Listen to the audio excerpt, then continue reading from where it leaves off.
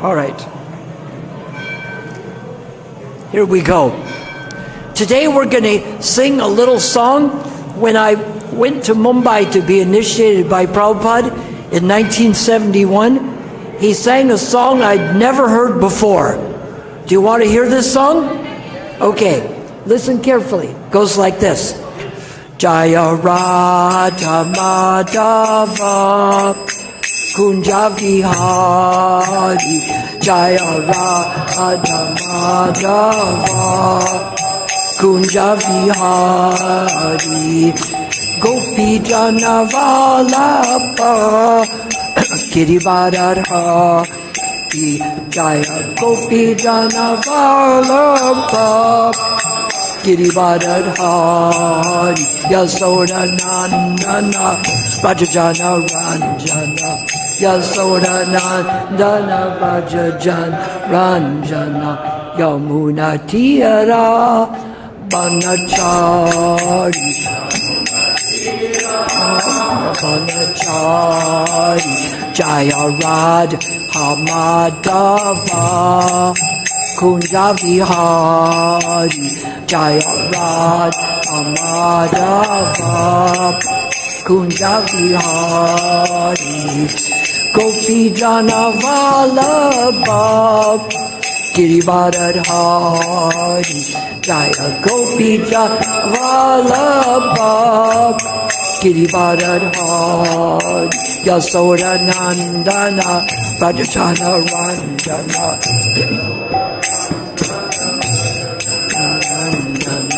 Yamuna Tira Banachari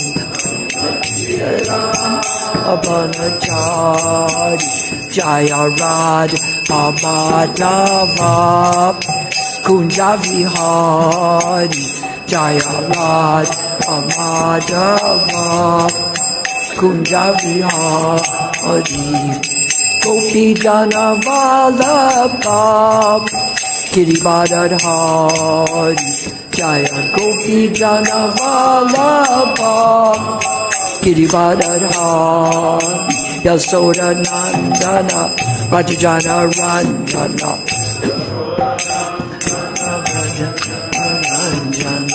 Yamuna Tira Banachari Muna Tira Banachari Jaya Radha Madhava Kunja Vihari Jaya Radha Madhava Kunja Vihari Gopi Jana Vallabha Girivardhari Jaya Gopi Jana Vallabha Girivardhari Yasoda Nandana Brajajana Ranjana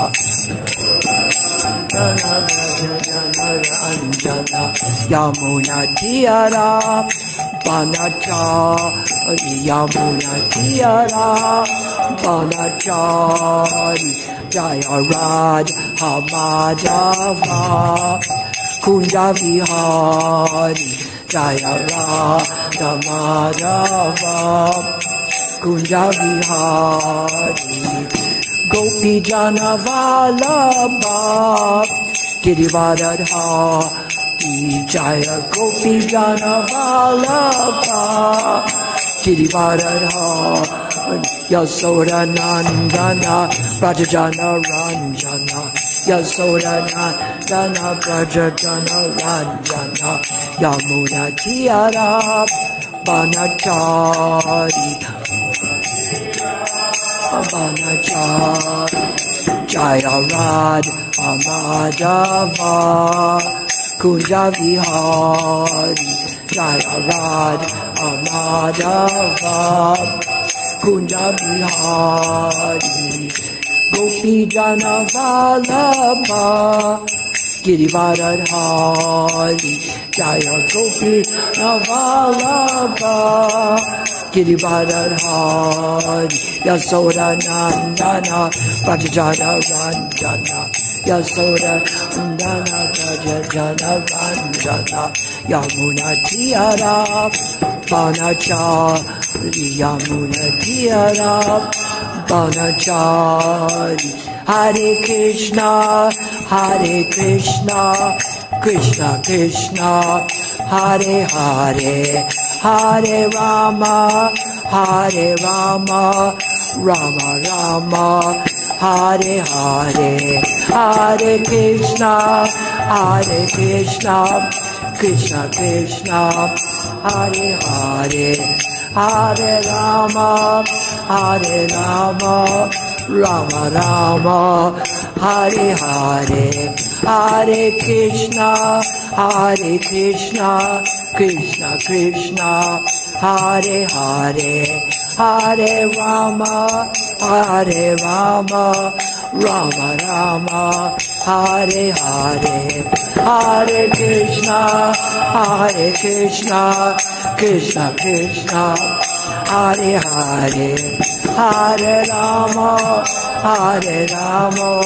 Rama Rama, Hare Hare, Hare Krishna, Hare Krishna, Krishna Krishna, Hare Hare, Hare Rama, Hare Rama, Rama Rama, Hare Hare, Hare Krishna, Hare Krishna, Krishna Krishna, Hare Hare, Hare Rama, Hare Rama, Rama Rama, Hare Hare, Hare Krishna, Hare Krishna, Krishna Krishna, Hare Hare, Hare Rama, Hare Rama, Rama Rama, Hare Hare, Hare Krishna, Hare Krishna, Krishna Krishna, Hare Hare, Hare Rama, Hare Rama, Rama Rama, Hare Hare. Jai Om Vishnupad Paramahansa Parabhajakacharya Austatara Sattva Srimad, His Divine Grace Srila A.C. Bhaktivedanta Swami Prabhupada Ki. Jai Om Vishnupad Paramahansa Parabhajakacharya Austatara Sattva Srimad, His Divine Grace Srila Bhaktisiddhanta Saraswati Prabhupada Ki. Ananta Gaudi Vaishnavindi Ki. Namacharya Srila Haridas Thakur Ki. Prem Shikoho Shri Krishna Chaitanya Prabhu Nityananda Shri Advaita Gadadhar Srivas Adi Gaur Bhaktivinoda Ki. Krishna Balarāma Ki. Radha Shyama Sundar Ki. Shamakund Radhakund Giri Govardhan Ki. All glories to the assembled devotees. All glories to the assembled devotees. All glories to Sri Guru and Sri Gauranga. A little disclaimer here, as they say. I have a tendency to ask trick questions to see if you're paying attention. And if you miss it, you may get something wrong, right? Like the goal of life is to always forget Krishna and never remember him. Raise your hand if that's true. You missed it. Oh well. Okay, so here's your trick question. We're going to do an invocation before the class today. And you get a choice. I want you to think in your mind which invocation you want. And I guarantee you'll get that. It can be the first 4 words of the first canto of Srimad Bhagavatam, or it can be the first 4 words of the second canto, or it can be the mantra that Dhruva Maharaj chanted in the forest. I guarantee you'll get it. Here it goes. Om Namo Bhagavate Vasudevaya. Om Namo Bhagavate Vasudevaya. Om Namo Bhagavate Vasudevaya. Om Namo Bhagavate Vasudevaya. I did that to implant the idea that we may take many different journeys, but the end is to come to Radha and Krishna's lotus feet. So whatever we're doing, it may come through different methods, but it comes to that. So Why don't we read the verse and see what it says? That way you can tell people that you read the book before the television show came out. The Krishna book. With like 90 chapters, it could take 2.5 years. But since it's not out, we will read from the book. Today we are reading from the Srimad Bhagavatam, Canto 10, Chapter 68, text 19 through 24. Okay? It's up there? Okay. We'll just read the first ones, and then 24 we will read responsively.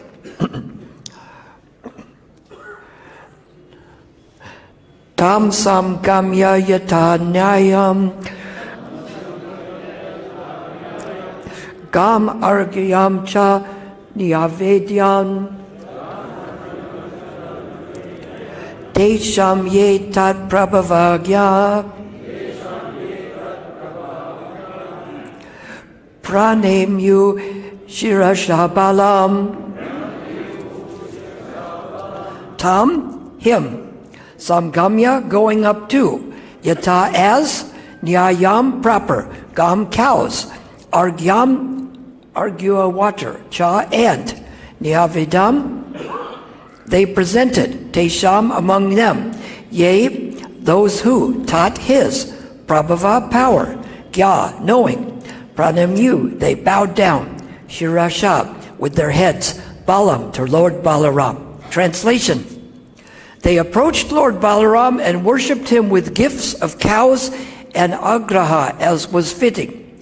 Those among the Kurus who understood his true power bowed down to him, touching their heads to the ground. Purport by the followers of Srila Prabhupada. The ācāryas explain that even the elders, like Bhīṣmadeva, also bowed down to Lord Baladeva. Short purport, so we will read more. Bandhum kusalanai shrutva prishtva shivam anamyāyaṁ parash param ato ramo babase viklavam vachaha. Translation. After both parties had heard their relatives were doing well, and both had inquired into each other's welfare and health, Lord Balarāma forthrightly spoke to the Kurus as follows. Purport by the followers of Srila Prabhupada. Srila Prabhupada writes, as they exchanged words of reception by asking one another of their welfare, when such formality was finished, Lord Balarāma, in a great voice and very patiently, submitted before them the following words for their consideration. Shall we read those? Text 21. Ugrasena kute shesho yadva agyapayat Prabhu tad avyagra dia shrutva Kuru davam avilambitam. Translation. Lord Balarāma said, King Ugrasena is our master and the ruler of kings. With undivided attention, you should hear what he has ordered you to do, and then you should do it at once. There's no purport to this because it seems pretty clear. Text 22. Yathā-nyāyaṁ bhavastu ekam jitva dharmena dharmikaha abhyanata tadmrishe bandhunam arghya kamyaya. Translation. King Ugrasena has said, even though by irreligious means several of you defeated a single opponent who follows the religious codes, still I am tolerating this for the sake of unity among family members. Purport. Here Ugrasena implies that the Kuru should immediately bring Samba and present him to Lord Baladeva. Text 23. Virya Sorya Balanadham Atmasakti Samam Vachaha Kuravo Baladevasya Nisham Yochu Prakopitaha. Translation. Upon hearing these words of Lord Baladeva, which were full of potency, courage, and strength, and were appropriate to his transcendental power, The Kauravas became furious and spoke as follows. That's strange. Text 24, we will read repeatedly. Aho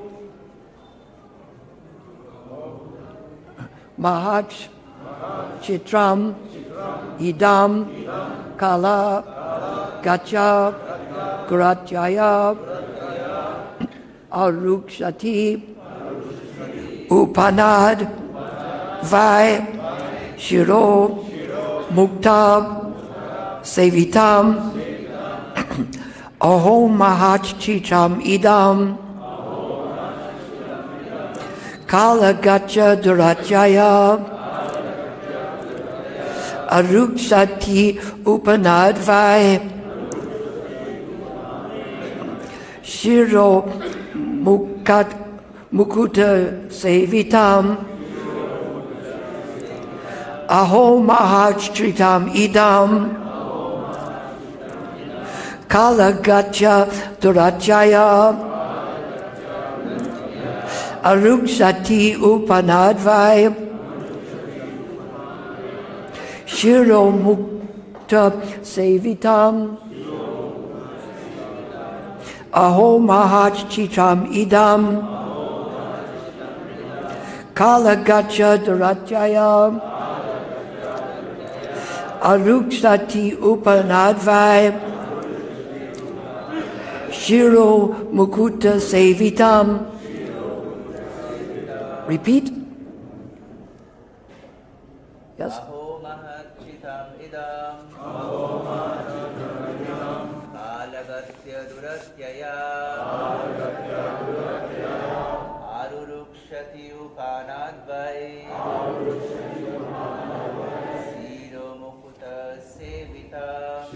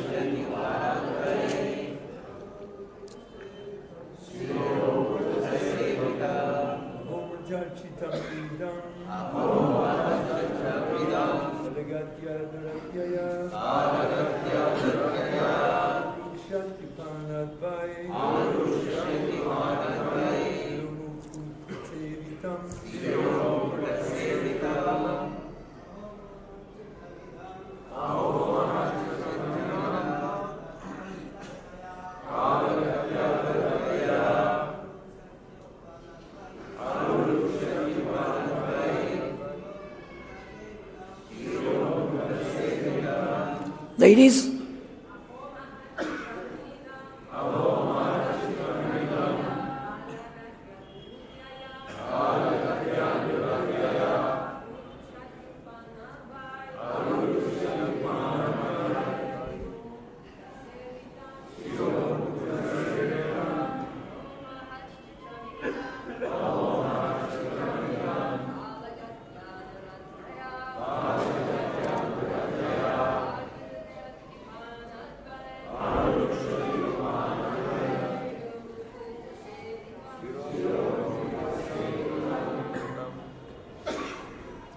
word for word. Aho, oh. Mahat, great. Chitram, wonder. Idam, this. Kala, of time. Gatya, by the movement. Durachaya, unavoidable. Arukshati, wants to climb on top. Upanat, a shoe. Vai, indeed. Shira, the head. Mukuta, with a crown. Sevitam, ornamented. Translation. Oh, the Kuru nobles said, "Oh, how amazing this is, The force of time is indeed insurmountable. A lowly shoe now wants to climb on the head that bears the royal crown. Let's repeat that. The Kuru nobles said, "Oh, how amazing this is. The force of time is indeed insurmountable. A lowly shoe now wants to climb on the head of that bears the royal crown." Purport by the followers of Srila Prabhupada. By the word kala gacha durataya, the insurmountable movement of time, the intolerant Kurus allude to the degraded age of Kali, which was about to begin. Here the Kurus indicate that the fallen age of Kali had indeed already begun, since they claim that now the shoe wants to climb on the head that bears the royal crown. In other words, they thought that the lowly Yadus now wanted to rise above the royal Kurus.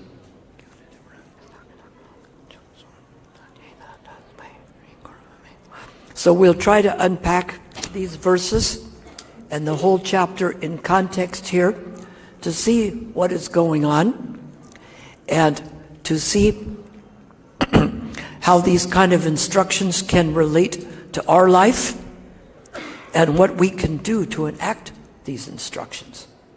We see here what's happened is that the Kurus, headed by Karna, they captured Samba because Samba had absconded with Lakshmana, the daughter of Duryodhana. So when Narada Muni went to the Yadus and told them what had happened, Balarāma put together a posse, which is like a group to come and rescue them. The posse is you gather the citizens and they go arrest a criminal. They just immediately, they're not already in a police force, but they jump to it. So right away the Yadus and Balarāma came. And what a wonderful thing. Balarāma comes to the rescue right away. You know, I always wanted this kind of thing as a child growing up, thinking I needed friends who stood behind me and I stood behind them. A little over 60 years ago, we had wars where we'd fill water balloons with water and our team would throw them at their team. And I'm throwing them at the other team and I turn around and my team is running away. And I'm going, oh, this isn't good. So the other team caught me and they tied me to a tree. And I thought, any minute now, my team is going to come rescue me. Sure enough, after about an hour, the other team came back and untied me from the tree. And I went back and they were making peanut butter and jelly sandwiches. Oh yeah, we were thinking about you. And I thought, I need to find some people who stand behind me and I can stand behind them. That's the kind of friend that I was. You look for the right circumstances. It's funny, I'll tell you another story from then, when alcohol actually helped the situation. There was one person that when we were like 12 and he was like 17, he would beat up on us. And particularly on my friend. And one Friday night we seen he drank a lot of alcohol. And I said to my friend, now it's time to teach him a lesson. So the alcohol was very helpful. Not for him, but it was helpful for us to teach him the lesson. So generally we don't try to do those kinds of things, but we should be willing to stick behind our friends if we have to, and the devotees are our friends. And Balarāma came here right away to show that we stand behind the devotees and protect them. The United States Marines have a saying that no man left behind. See, my friends weren't like that. They're running away. I say, don't worry, if you're fighting, if you get captured, we'll come to get you. Right? Does that make you feel better? Oh, if you're captured, we can't help you, sorry. Is that what Krishna said to the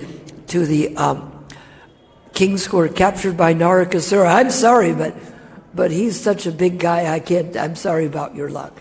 Or did he rescue them? He rescued them.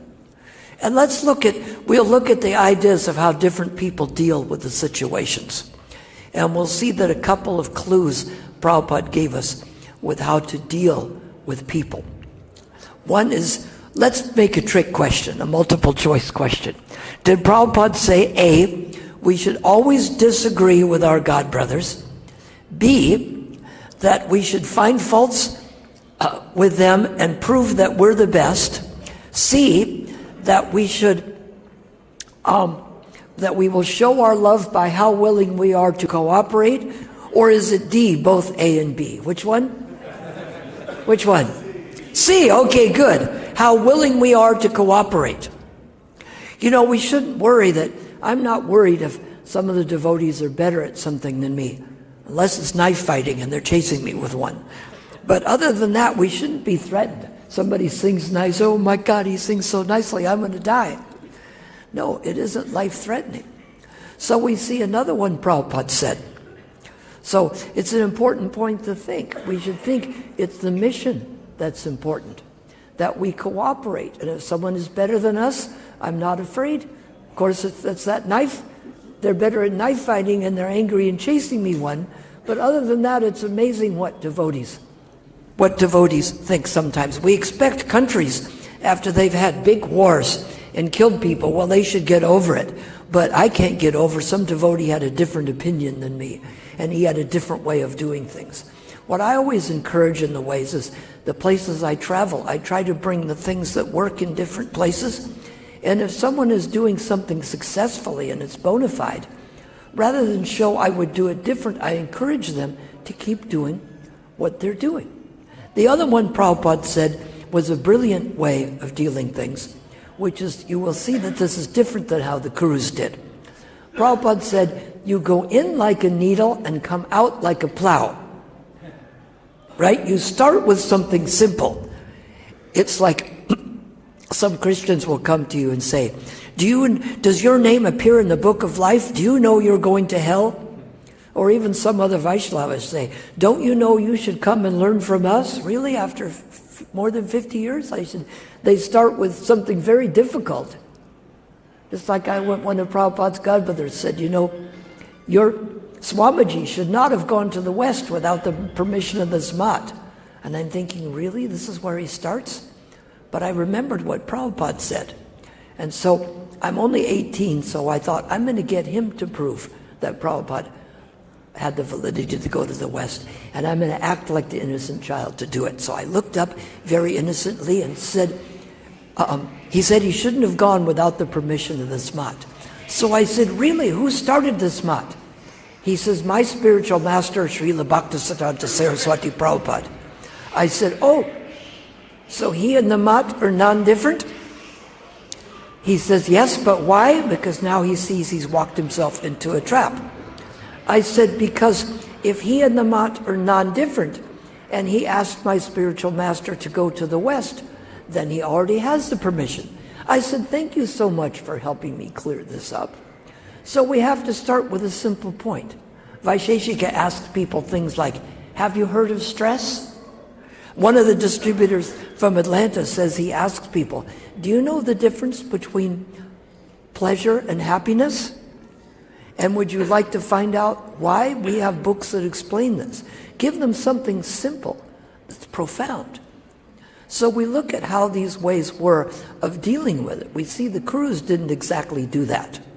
They went straight to antagonism. And you don't want us to go straight to antagonism. In the 8th canto of Srimad Bhagavatam, when the demigods asked Vishnu, what do we do about the demons? And Vishnu said, even for your own self-interest, it's better to try getting along. Because once you go to adversarial, I can't go and hit one of you and then say, well, can we stop and talk about this? You're supposed to mediate first. You don't go straight to adversarial. You don't take someone to court and then call them up to talk reason. You have to wait till the other things are worked out. And we look at the other situations here, how the Kurus are going straight to anger. And we look at, on the battlefield of Kurukshetra, Dhritarashtra is saying to his assistant Sanjaya, what did my sons and the sons of Pandu do being desirous of fighting? Well, the war's going on. You should have found out a little ahead of time. Now, Krishna, of course, worked this out. Some people think that Krishna wanted to go straight to war, and some people think that Krishna was unfair to Karna. But we see that Krishna, right after he killed Kamsa, he sent a Kuru, which was about 100 years before the Kurukshetra war, to Hastinapur to find out what the situation was between the Kurus and the Pandavas. And you see Balarāma here a few verses back. Before he went to talk to the Kurus, he sent Uddhava inside to find out what the mood of Dhritarashtra and Duryodhana is. You want to find out what the mood is first. And we think so in this way, going in like a needle, coming out like a plow, is the best way to negotiate with people. So the people think that Krishna wanted to go straight to war. But Krishna started there. Krishna went to Duryodhana, and he says, listen, why don't we let the Pandavas have half, and you can have the other half? And Duryodhana says, I don't care, they get nothing. And Krishna showed part of his universal form. And Duryodhana says, I don't care, I still want the whole kingdom. Now, if the person wants to split it with you, half-half, and it turns out that they're God, would it be maybe better to take that deal? We're looking here at like what Krishna doesn't necessarily criticize people, but he looks at the cost to benefit or the risk to the reward. And there the cost isn't much. All you got to do is accept the deal and you get half. The other way you have to fight against God. So which carries the bigger risk? You know, he should consider that. It's like Prabhupada puts great relevance on the end of the 3rd chapter of Bhagavad Gita. Krishna says we can conquer lust by deliberate spiritual intelligence. Deliberate means we deliberate, like with a jury. They don't just say, well, I like you, you're innocent. Someone else says, well, I don't like him, he's guilty. That isn't the way we do it. We find some devotees do that. They think they don't like someone, so they must be guilty of not serving Prabhupada correctly, but that isn't true. Deliberate means you have to take all the evidence, you work it out together, consider it, and then you make a choice, and you deliver on that choice. That's what determination means. You've already determined that this is the best course of action.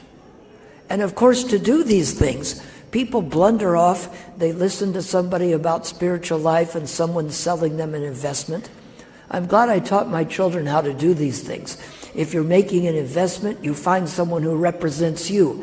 If you want spiritual life, you find your guru and you go off what they said, not what 100 random people say. Imagine how much trouble you're in if you listen to all the random spiritual philosophies and you believe everybody who has an investment for you to put money in. You're going to be in debt and confused very quickly. So you find someone to help you in these matters before you even embark on the mission. So we find this going back to Krishna negotiating, and Krishna was very intent on not having the war. He didn't go straight to war. He gave them all the opportunities first, including Karna's kind of an interesting character. He's sort of in America what they call the redheaded stepchild. He's sort of in the family, but he missed out, because Queen Kunti had, on the History Channel, they start talking about things from like how there's airplanes, and it shows Krishna shooting down Salva's airplane and Krishna taking Arjuna in the airplane through to Mahavishnu, and it talks about what was it talked about there? Oh, about how higher beings come from other planets to mate with females here. Now, of course, Queen Kunti had Yudhisthira with Dharmaraj, and she had Arjuna with Indra, Bhima with Vayu, and Nakula and Sahadev with the Ashwini Kumars.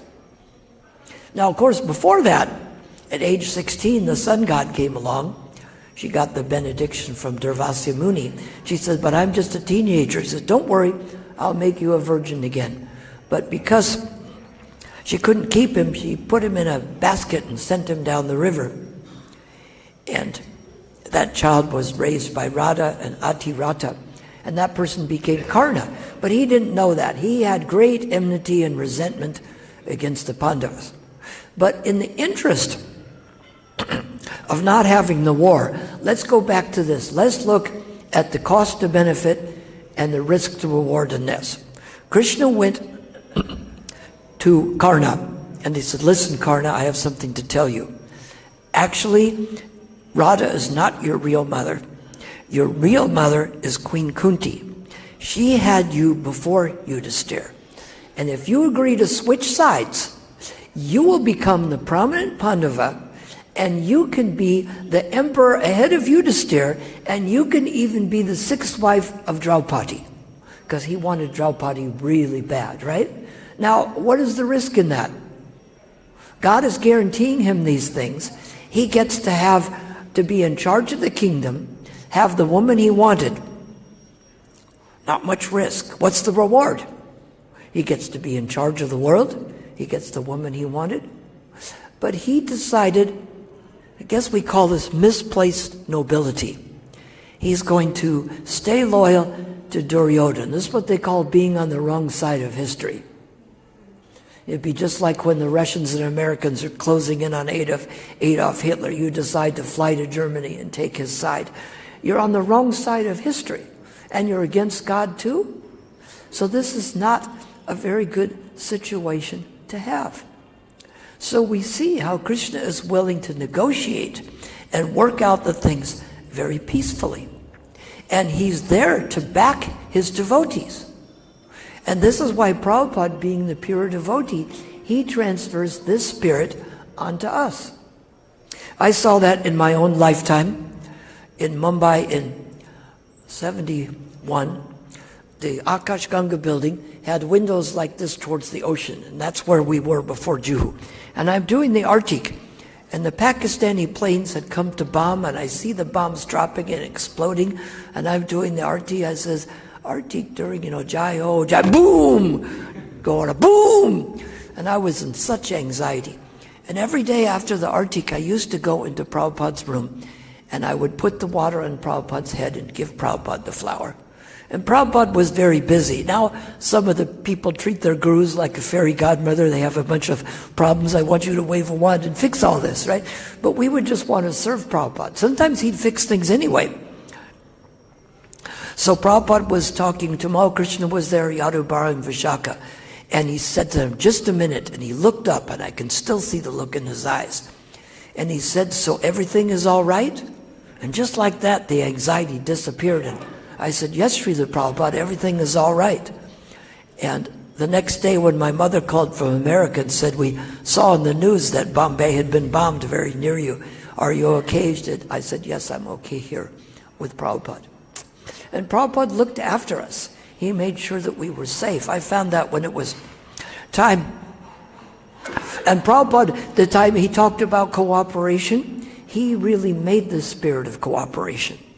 And he did it in the well-planned way. We see this going on. I was talking with Golokananda Swami, and he was talking about how you do the construction. First, you make sure the planning is correct. You put the kitchen in the area it's zoned for, the brahmachari room here.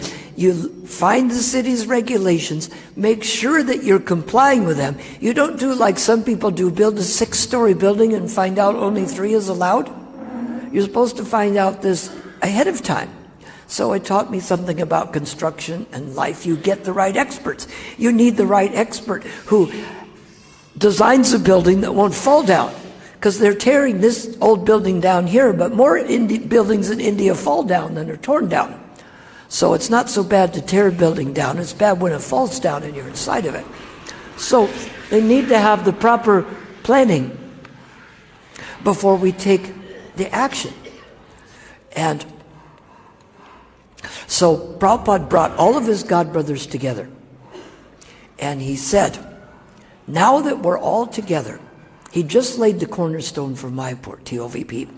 And he said, now that we're all together, the disciples of Bhaktisiddhanta, this is what's called the assuming clause. When you buy these books, you will put them in your home, you will share, you'll say, if you buy these, then you assume, right? He said, we'll work as one movement. Instead of working as splinter movements, we'll work as one movement, and we'll do as our spiritual master wanted. We'll form a governing body commission. In the handwritten will, which can't be a fake, it's handwritten by Bhaktisiddhanta, it says form a governing body commission and work cooperatively. Is that ambiguous or is it fairly clear? And so Prabhupada just said, we will form that and we will work together. And they all went jai. It wasn't like they didn't know about it. And it wasn't like they didn't agree to it. They just didn't do it. So I used to say, don't worry, I'll give you money. I agree to it, but I don't do it. It's not worth much. They say, put your money where your mouth is. But at least Prabhupada tried. So the next day I was on my way to Africa. And by the way, I'm going to Africa tomorrow morning early. The flight leaves at like 3 in the morning. So I went into Prabhupada's room, and Prabhupada's room was that little shack. When I first got to Mayapur, before Prabhupada was there, there's a little shack. And Jai Pataka Swami says, oh yes, we're glad you've come. He says, you can stay with us. I said, where can I stay? He says, in the building with us. I says, where's the building? He says, this shack is the building. There's no lotus or conch or chakra. It was a little shack, and that's where we stayed. But then Prabhupada came to stay in the shack, the world headquarters. But Prabhupada started, he didn't wait for them to build something. He got started right away with big plans, but get started right away. So I went into Prabhupada's room and I said, Srila Prabhupada, this was March 2nd, 1972. I'm going to Africa now, and I hope this gives me an opportunity to increase my service to you. And Prabhupada put his hands behind his head, and he said, service to Lord Chaitanya, service to Lord Chaitanya, service to Lord Chaitanya. So Prabhupada talks about Rishi Kumar Swami and I in the first Nectar Devotion lecture, like 33 minutes in, he talks about Rishi Kumar, and he calls me, my name in Sanskrit is pronounced Kshudi, but in English they say Kshudi, and the Bengalis say Kudi. So Prabhupada calls me Kudi. And he says, we're in South Africa. Well, pretty quick after that, Rishi Kumar, I couldn't find him, and there's a note, Dear Kshudi decided to split. And I'm going, when Rupa Goswami says to confidentially reveal our mind, he means more than that. We're like 15 kilometers from any neighbors and thousands of miles from any devotees. I turn the page over, I look for the other page, nothing else. But he took the 2,000 we collected. So I thought, well, I better just write to Prabhupada right away, not make it look any better or worse than it is, just tell it. So I put carbon copies behind. We had arghyaṁ letters, and I put one for Brahmananda in Nairobi, one Kuranda in LA, and I sent it to Prabhupada. And Prabhupada's response came back first. And I went, wow, that's quick. And I found out later, Shami Shindra said he used to open up all the letters to see what was there. And he said, Prabhupada, Rishi Kumar Swami left Kshudi Das all alone in South Africa with the only explanation, decided to split, leave. But he took the 2,000 they collected with him. He says, Prabhupada's eyes got really big and said, we'll immediately dictate a letter, and then you immediately type it, and then immediately take it to the post office. And I talked about all these plans I had to make because people wanted the Gita. I said, even if we're in debt, that I would order more Gitas, because I'll tell people they can't have the Gita unless they buy the whole set, and I'll make incense sticks to sell along with them, and the things I said I was going to do, and I thought maybe I made too many decisions. So I hope I'm not in trouble. And I opened the letter from Prabhupada, and the first line says, I'm very much pleased at the responsibility you've taken to spread Krishna consciousness in South Africa at such a young age. I said, this means I'm not in trouble, doesn't it? So he said, somehow or other I was left all alone like Narada Muni. And I get great inspiration from these, because now, I have, my parents are gone, no brothers and sisters, no wives and girlfriends, and my children are busy somewhere else. So many times I'm alone, but Prabhupada said that Narada Muni became one of our greatest devotees. And he said, I'm praying to Krishna that you will have the strength and enthusiasm to carry out this mission. He's praying for me while I'm there. And he said, chant your 16 rounds and follow the 4 regulative principles. This will keep your consciousness pure and eager to engage in devotional service. So I'm there all alone. Pretty quick, I get a letter from Brahmananda. Brahmananda says, Prabhupada has asked me to come and help you out. You go, well, South Africa's a long ways away and we have to drive through. He just says, and so I'm coming, right? No question is asked. Prabhupada asked it. I need it. He's coming. Then, before his next letter came, one came from Prabhupada, and Rishi Kumar had come to Mumbai. And Prabhupada had said to him, I found out later, you left that young boy all alone and took the money with you and left him with a $15,000 book fund debt? He said, you give me whatever money you have. Now, I wouldn't dream of saying, Prabhupada, can you try to find him and collect some? But Prabhupada sent me a receipt towards my book bill for $700. So I was really happy with that. And so then Brahmananda wrote from Mombasa and Dar es Salaam, but then he was going to Rhodesia and come across. But at the border, they stopped him because he brought African devotees with him. South Africa was controlled by the whites. And I didn't know who was going to kill me first, the white government or Africans who'd been mistreated by the white government. So next, Prabhupada asked Duradarshan to come. Duradarshan means hard to see or hard to find, so he left very quickly. And then Prabhupada had asked Pushta Krishna to come. And so when the government caught up with me, they said, where's your passport? The good thing was that the rand went from $1.20 to $1.50, so I'm instantly making 25% more on the books without changing the price. So they caught up with me. They said, where's your passport? I said, it's in the safe in the town. So I took my visa out. They said, where's your visa? I said, it's coming with my things in 3 days on Monday. So then I called Pushta Krishna and said, you got to be here tomorrow. He showed up the next day. So this is the kind of mood that we have, looking out for each other and trying to cooperate, not just thinking I'm busy or I have my own projects. That's why I think it's so great when this temple here has so many things to take care of, and yet TOVP comes and they're allowed to put the booth there to help collect for that, because we all have to honor our own project first, but we have to help the others out. And we see the people who spend the time helping people, they get the greatest success. Tukaram is good this way in Laguna Beach. One, he and his wife have never had any partners but each other, and they set couples together and they tell them, you make a promise and keep it. And they're there for them. And they'll talk to people for hours if they need it to help them out. And this makes people think, if somebody's on my side, I'll do whatever it takes for them. And this is the way Prabhupada was. Prabhupada was busy. He didn't worry about some kid in South Africa. He sent Brahmananda, he collected money, he sent Duradarshan, he sent Pushta Krishna. You know, he was concerned with these things. And Prabhupada knew the things. When there was a problem in Nairobi before that, these two girls had come from Mumbai, and they wanted to stay in the temple, and then their family came, and the people from the Indian community were upset, so we called Prabhupada. And Prabhupada said, yes, I already sent a letter explaining what to do, but it hadn't happened yet. The letter came first. So Prabhupada would do amazing things like this, but particularly how he protected us. This gave us the kind of inspiration we need. And if we do the same, protect each other's. Not that I make up lies. That's a saying, give the dog a bad name and then kill it.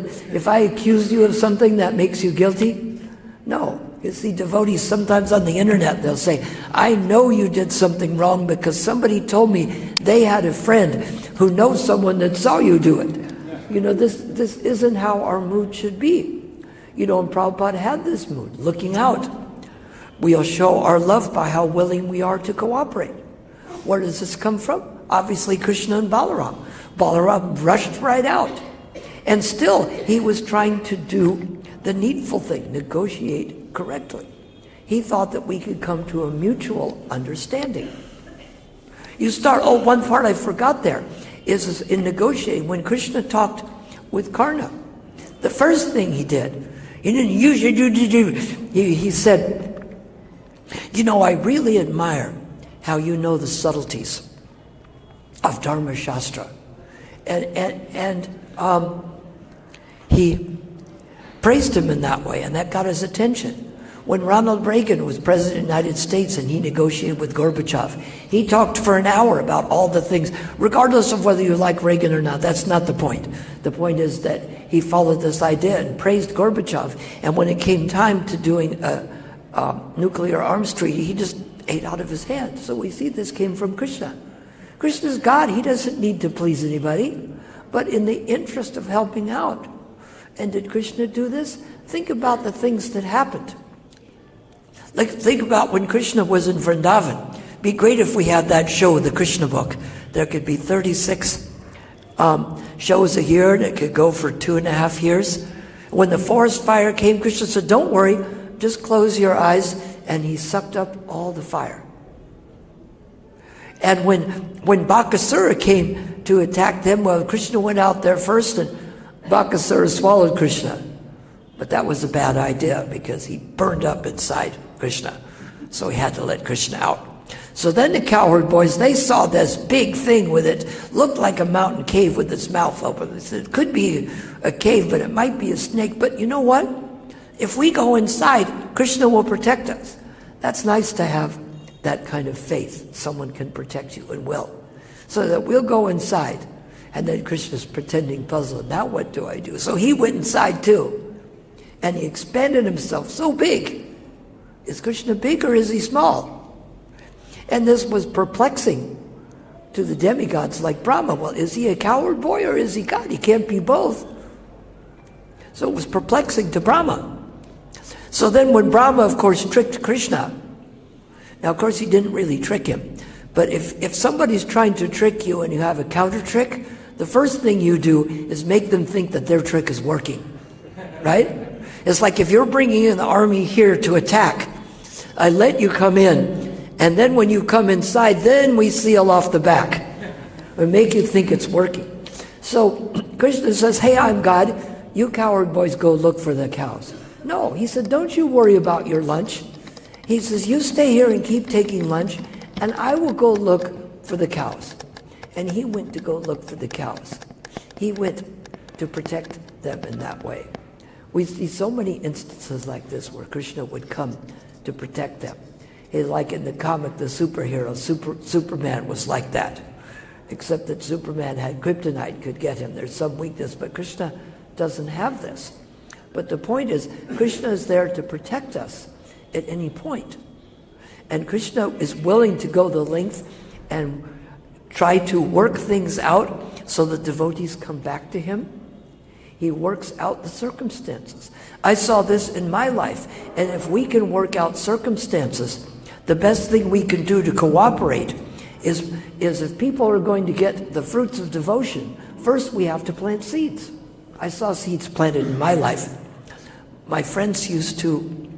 No, before that, the mystic arts people, I went to a music concert a couple years ago. Well, it was 1967. Maybe it was 5.5 decades. We'll call it 5.5, but it's decades. And at the end, the mystic arts people who had a vegetarian store were singing this song. I said, what's this song? They said, a Swami on Pico Boulevard.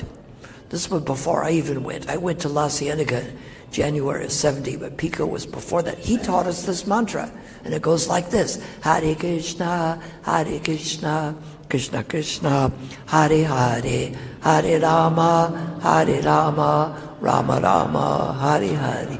So after I chanted, I took a step to Krishna, and a friend of mine killed a bird with a rock, and I said, that's a cruel thing to do. He says, well, you eat meat, don't you? Lots of animals have to be killed. And so I says, you're right. He said, for me to kill the bird? I said, no, I'll never eat meat again. And I'd heard from my old friends that they'd heard from devotees that if we really want spiritual life, see, now this is a way to plant it. Hey, you better give up illicit sex and intoxication. Well, you know, this was the 60s, right? They said, if you really want spiritual life, you have to give up illicit sex and intoxication. So I used to go to my meditation rock, and I would pray for some way to develop love of God. And finally I got the inspiration that if you want it, you got to give up illicit sex and intoxication. I said, well, I'll go to a couple more parties and I'll date 2 or 3 more girls from high school. And wait a minute, it's either a good idea or it isn't. Says, all right, God, I'll give up the illicit sex and intoxication, and you send me some way to develop love for you. I thought, will it take a week, a month, a year? And I look over, and as far away as the mantra is a devotee walking to me. I said, Hare Krishna? I said, what are you doing down here? He says, we're over on the next hill chanting. Would you like to chant with us? I said, I think that's exactly what I'm supposed to do. So if we cooperate in planting these seeds, we can help each other out. And this is the mission of Prabhupada, and in submission of Krishna. And if we want to fulfill our life's mission and make Prabhupada happy in Krishna, this is what we do, is cooperate to make Krishna consciousness available for ourselves and others. Thank you so much for being here. Hare Krishna. Any questions or comments? Your name is Kshudi or Hudi? Booty. No, not booty. Hudi? So Krishna, he comes for his pleasure, giving pleasure to devotees and killing the demons. And, it seems like he's involved in all these different scenarios. He knows past, present, and future. So where does our independence actually come in? If everything's already known, he knows we're going to be useless people or dedicated devotees, or we're actually going to do something, stay in Africa or maybe leave Africa. And a pure devotee also has trikalagya, understanding of past, present, and future. But where does our independence actually come in, and how much freedom do we have to make changes in a destiny? Well, Krishna gives us free choice, and each choice we do leads to the next one. Speak in the mic. Each choice we do leads to the next one. Krishna leaves that open for us. Is that some people wonder that if Krishna knows when we're going to surrender. But the surrendering is a process. It's not an event. It's like some of the Christians say, you just accept Jesus in your heart and then you don't have to do anything again. So by trying to surrender and taking steps towards Krishna, he will take steps towards us. And of course, Krishna can change the destiny. We're subject to the law of contradictions. But Krishna's not subject to that. He can change the things. It can be going one way, and if we surrender to Krishna, he can change it and make it go another. As Krishna says, if those who are constantly devoted and worship me with love, I give the understanding by which they come to me. So what we have to do is be careful. What is it? Man proposes and God disposes. When I was in Paris, France, and the French brahmacharis opening and shutting the window and letting the snow in, I said, Krishna, I'll make you a deal. You get me out of this cold, I promise never ever to complain about heat ever. And 3 days later, a letter came from Prabhupada saying, please send 3 devotees to India. So I was off. So our choice is it can actually be stronger, because by our choice, Krishna will help us out. But if we choose not to go to Krishna, he's not going to force us to go. But we have to be extra careful to make the right choice. Like Prabhupada says, I get on the flight to Africa, I can't say, well, maybe I should be going to Bali. I can't. If I get on the flight, if I make a choice to get a journey, you have free will, but you may have to live out that choice first. I know that's not a perfect answer, but does it? Here's a perfect answer. Thank you. Oh. Others? Hare Krishna, Prabhu. Only a simple question. Lord Balarāma have good affection to Duryodhana. Yes. So how come one way or other one was like difficult to understand, who is the Supreme Personality of Godhead, and he's blessing Duryodhana, and Duryodhana is again Arjuna, and Krishna is blessing Arjuna. So what was the position of Balarāma? Well, we can get Duryodhana? the blessings. What if you get the blessings but you don't use them? What if you give me 100 million rupees and I throw it in the street? You go, hey, well, he has 100 million rupees. So, they had you see here how the Kuru is reacting. The shoes shouldn't go on the head. I don't think they read that verse, Trinata Pisa, Ichdena, Chorora Pisa, Ichdena, Manada, Manidena, Kirtanaya, Sadahari. We have to think not I'm born in a rich family, or I'm born as a Brahmin, or I'm born as a doctor, I can operate on you. So if they get the blessings but they don't use them, that you still become unfortunate. That's the point there. He's giving them blessings. But when it came time to it, Balarāma had to step aside and they had to lose out. They should have taken the blessing, just like Krishna gave them. They were going to get half the kingdom. Krishna gave them that opportunity, so why did they get nothing? Because they didn't take it. They didn't take the deal. So you get blessings, but you don't take them, they're of no use. Thank you very much. Anybody else? That's the point that's in the back there, is that Krishna helps us. You know, it's like I say, Prabhupada was praying to Krishna that I would have the strength and enthusiasm to carry out the mission. So I may not be much myself, and I may not be qualified, but I'm connected to the right place. So that's what counts, right?